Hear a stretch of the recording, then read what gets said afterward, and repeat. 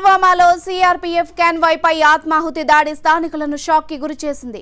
10 కిలోమీటర్ల వరకు పేలుడు ప్రభావం స్పష్టంగా కనిపించింది. చాలా ఇళ్లు ధ్వంసమయ్యాయి. సర్వస్వం కోల్పోయామని ప్రభుత్వం ఆదుకోవాలంటున్నారు స్థానికులు. పుల్వామా దాడితో నష్టపోయిన స్థానికులతో మా ప్రతినిధి దేవి ఫేస్ టు ఫేస్. పుల్వామా ఘటన తర్వాత చుట్టుపక్కల ప్రాంతాలు కూడా ఇప్పుడిప్పుడే బయటకు వచ్చే పరిస్థితి కనిపించట్లేదు. ఒకసారి మనం చూస్తున్నాం, అంత పైన జరిగిన తర్వాత ఘటన దాదాపు 10 కిలోమీటర్ల వరకు ఉన్న ఇళ్లన్నీ కూడా పూర్తిగా ధ్వంసమయ్యాయి. అలాంటిది పక్కనే ఉన్న ఒకసారి బస్తీని మనం చూస్తున్నాం. ఇక్కడున్న దాదాపు ఇళ్లన్నీ కూడా పైకప్పులు లేకుండా పూర్తిగా తునాతునకలైన దృశ్యాలు మనకు కనిపిస్తున్నాయి. కొత్తగా ఇల్లు కట్టుకున్నాం, కానీ ఒక్కసారి మా పరిస్థితి చూడండి అంటూ వివరిస్తున్నారు ఇక్కడ ఇంటి ఓనర్ షబీర్ జీ.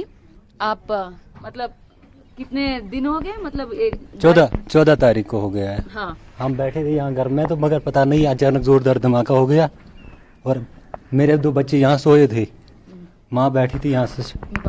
हाँ. जी, सिस्टर और यहाँ भाई था बैठा था यहाँ इस किचन में. वो किचन में बैठे थे तो अचानक धमाका हो गया और वो शीशे उनके मतलब सर पे लगे. और मेरा भाई जो है और छोटा बच्चा, भाई और छोटा बच्चा मेरा बेटा, वो जख्मी हो गए. हाँ. किधर है अभी वो अस्पताल में? अस्पताल से उनको छुट्टी हो गई, अब वो चले गए नानियाल. पूरा घर एक बार दिखाइए, मतलब एक भी मतलब एक रूम भी, मतलब कोई भी रूम नहीं. ये भी है, ये किचन था, हम बैठे थे यहाँ, तो यहाँ से धमाका बिल्कुल सामने से हो गया. तो पता नहीं अचानक से जब भागे, फिर यहाँ से भागे, फिर 2 दिन बाद आ गए. पहले सोचा शायद कोई गैस सिलेंडर ऊपर फट गया, हमारे मकान में जैसे गैस सिलेंडर फट गया. लेकिन जब बाहर निकले तो यहाँ धुआं था सड़क पे. हाँ. सड़क पे धुआं का तो डर के मारे भाग गए.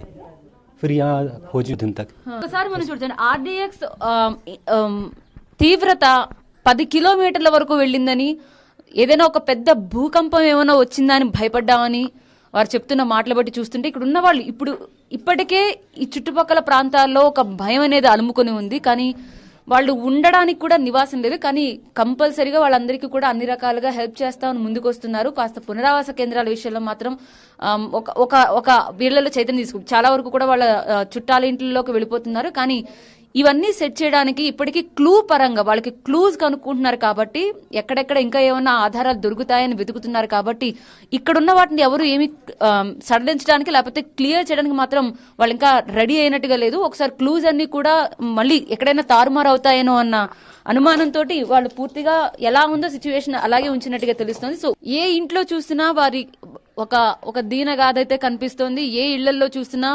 వాళ్లకు సంబంధించి వారిని ఎవరు ఆదుకుంటారా అని చెప్పి వాళ్ళు ఎదురు చూస్తున్నారు.